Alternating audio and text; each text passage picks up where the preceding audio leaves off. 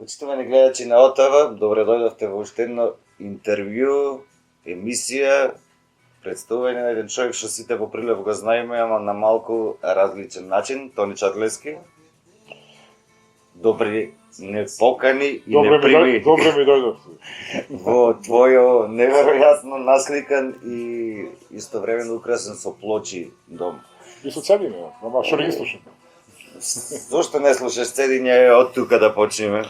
Па, со набавување на стварно добро опрема аудиофилска за посебно за слушање на винили, веќе звукот на CD-то ми е некако многу дигитален, заморен, метален звук, а додека винилот има мек, топол, пријатен звук. Така да сега, не знам, може би 2 години немам слушнато CD. Значи сега ќе те вратам во младоста и да ми го кажеш момент ова како можеш да си го замислиш кога прв пат слушна музика која што те натера речеш вау, сакам ова да го слушам, кој е ова, што е ова и сакам да го купам.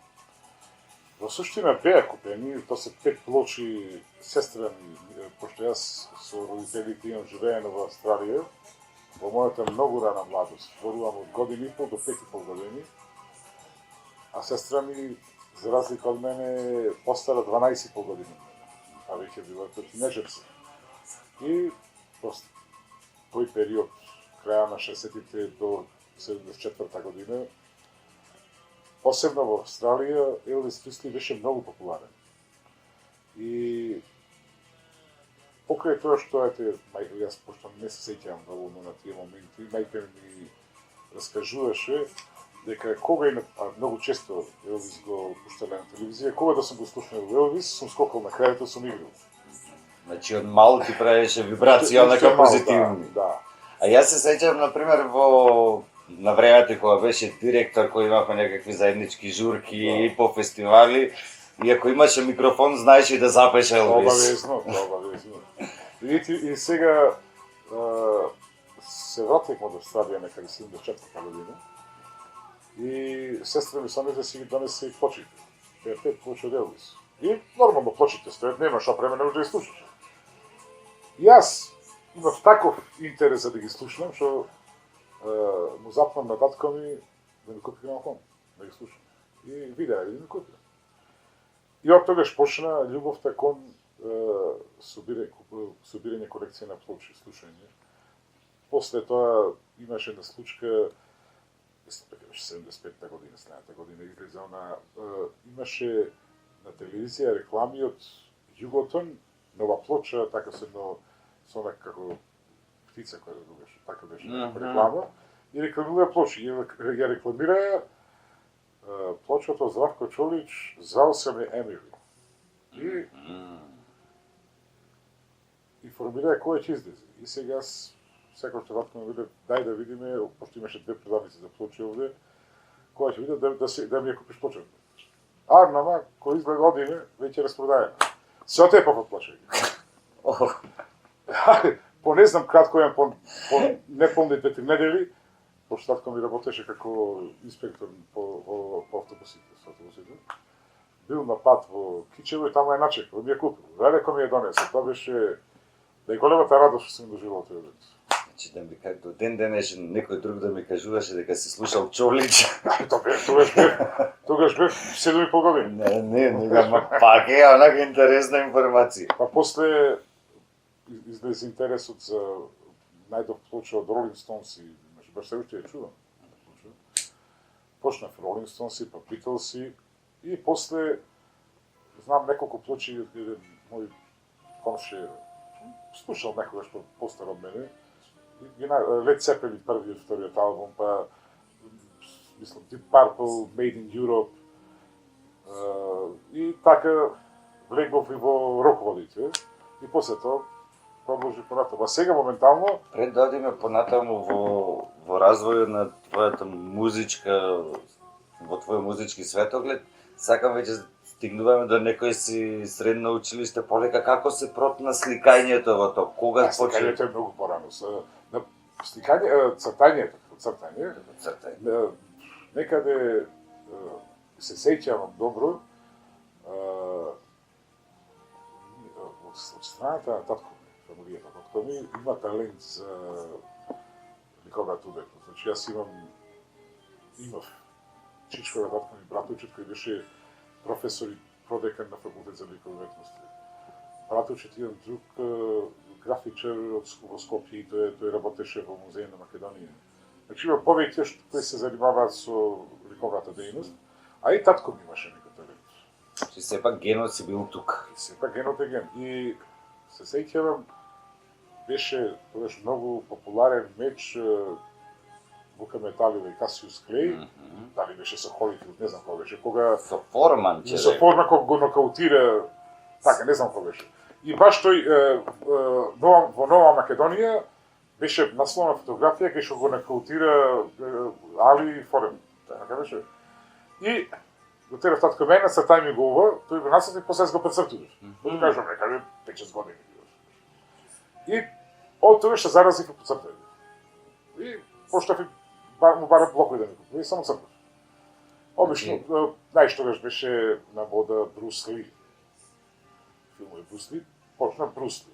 После се појави Елвис, не знам понатаму, и така полека се портрети од познати непознати, и така влегов и во ликовните води.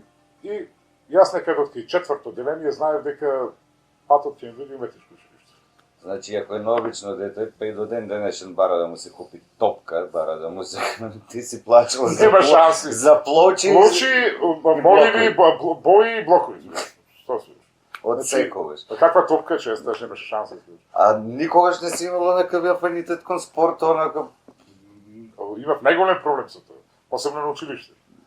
Како се поминуваше со наставниците по Па физичко? не, јас бев вака шишкав, што вика, и не ме бидеше за ништо, не може кол напред да направам. Кој требаше, ми вели, јас сум кап, вака тој ми вели, Бог да го прости Гешо, наставникот Ѓуре.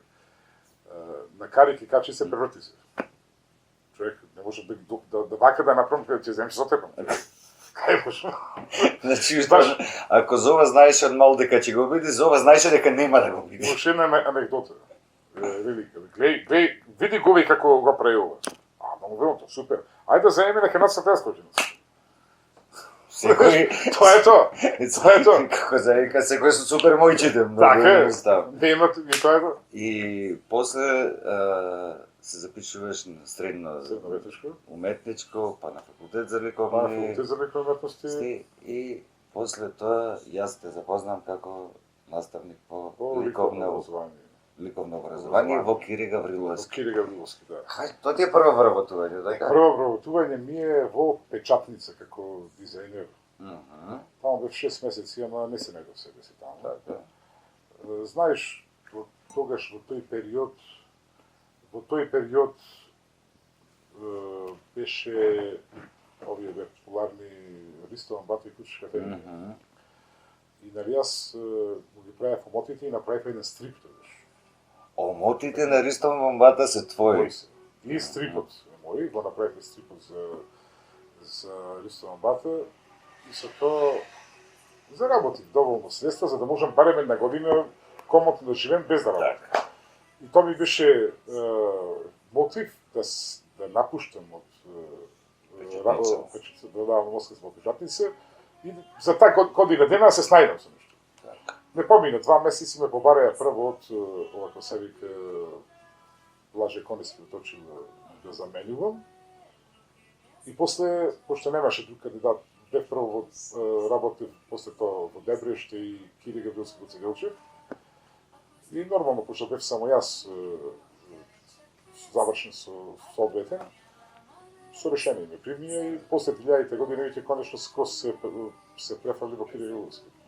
И од тогаш до 2007 година, до 2006 година бев наставник, 2006 пола година бев директор на училиштето и после од 2007 јануари месец директор на Центарот за култура. Центарот за култура. Дали сакаш да ти кажам првиот мој впечаток кога те видов на училиште како шест одделенец? Значи, драги гледачи, дете 5-6 одделение, 1,50 м колку бев таму и излегува од канцеларија еден човек од околу 120 кила, цел во црно, со брада. Погодете кај бевме најмирни. Ништо не мораше да правиме. Огромен и цел во црно. И строг. И бев рајат. И строг. И после кога се запознавме, кога станавме возрастни, сватишме устори дека не е воопшто тако, ама кај децата си палеше. Али, знаеш како? Убаво ќе има таква слика поред. Ако даваш она слика на добродушност, Да. па тогаш децата ќе ти се душа. Се каже него. Многу едноставно. И Стасо до 2007 директор на Центар за култура. Долго време останаваш таму. 10,5 години. 10,5 години. Кој ти се вака од тие 10,5 години онака најубави моменти, најубави спомени? Мене ми е целокупното действување, делување во Центар за култура ми е пријатно е тоа што не знам, тогаш сега не знам как, не знам и како е сега, тогаш беше многу динамично во аспект на и програмски, и дружбено, социјално и секако. Имавме многу настани, многу дружења, многу средби, креативни. Тогаш се формира и колонијата Дрен. 2008 година. Значи, тоа беше претходно имало манифестација брзо сликање. Имале некоја одредена сума на средства, каде повикуваат уметници од Македонија, повикуваат само ова. Повикуваат средства. Че се снајдеш? Ајде. Фоно го изгубивме, драги гледачи. Натаму. Така. Добро. За брзо сликање? За брзо сликање. Имале одредени средства и баш таа година, јас кога претходната година конкурирале, кога дојдов, стапив на сцена како директор, веќе била одобрена таа активност, брзо сликање и одржавме. Тоа е летото. 10-14 уметници доаѓаат, тука сликаат акварел во холот на центарот, некаде до 4-5 сата се завршува, после се носат уметниците на ручек вечера, си сместуваат во хотел, спиваат тука, пошто е акварел, се суши брзо, попладнето со бајлето се уребуваат, сликите во 12 сата следниот ден се изложуваат и тоа е активно сме били. И направивме таа следната година, не знам по кој повод, приватно. Ме поканија Манесија во манастирот Дрен, Светилија во Дрен. И таму бевме со домаќините. И го видов просторот. И ома ми дојде идеја за колонија, идеален простор. И при разговор со домаќините вака ја ми не е проблем вели. Чимет, не е проблем вели. Ви го стапуваме тој простор. Вака му објаснам се. Не е проблем вели. И јас одма следната година со тие средства, кога ни ги дадоа за брзо стикање за следната година, имаше доволно средства за 5 дена да поканам 12 уметници. Да бидеме таму, за се што требаше, доволно беше за 5 дена. И така да првата колонија беше 5 дена со национални уметници во Дрен. За следната година конкурирав како колонија, која ја трансформирав во интернационална, добив повеќе средства нормално, и веќе беше после тоа 10 дена со уметници и од Македонија и надвор од Македонија. И така функционираше 10 години додека бев јас. И мислам дека функционираше многу добро. И тоа тука излегоја повеќе од 300 дела. Кои се собственост на Центарот за култура и на Република Македонија. После завршувањето на мандатот, завршуваме со функции, се враќаме во просветителство пак. И сега работиш во... Сега сум запослен во основно училиште криминалски тополчење. Со дополнување во Траша Пинџер Мало коње. Кажи ми, како е да се работи со деца во рурална средина, уметност да ги учиш на првите чекори, на цртање, сликање? Мислам дека нема некоја разлика. Децата се деца, човекот е човек. Како и во градот, така и во селото има деца кои се позаинтересирани за истражување, за откривање на знаење. Има деца кои не се доволни. Значи, јас не правам некоја разлика и пошто сум предавал и во градски средини и во рурална, мене некако само за разлика малку влада и по-голем патриархализам во руралната средина. Така. Значи децата се малку по како да кажам, бливни Постегнати кон нови работи, обично и кон по-непознати, да речеме, пошарени. Да. Така да битно е децата се водат супер, така да ми изговарат. Ако треба да бираш, ти велат утре или училиште, или само продаваш слики, што одбираш? Вака сега, значи Мораш да одбереш. Само слики. Сликање Да. сам. Не може да џабем и ако не сликам, мислам дека нема да можам да функционирам. Тоа ќе има проблем со себе. Значи, основна работа. Не може тоа не. Значи не можам да тука веќе нема дилема. Значи сликањето ми е на прво место. Ако ти речат, ова сега го импровизирам, ама многу интересно ми е да ти ги предизвикам овие чувства. Ако ти речат, добиваш, не знам, можност 2 месеци да сликаш во Париз, после правиш изложба во Лувар, ама за да го добиеш тоа треба 15 дена да слушаш турбо фолк. И да тоа ќе се нафата.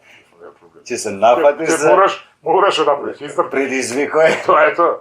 Во Лувар не може да се направи изложба заради тоа што е затворено, во друга галерија не е. Небитно, сега го земаме Тогаш како нема, ќе издржам. ќе слушам 15 дена Па, турбо фолк, ама Си зем. 2 месеци после. Чекај, колку дена? 15 дена да слушаш. 15 на 3 пакетчи на Хелекс си земи.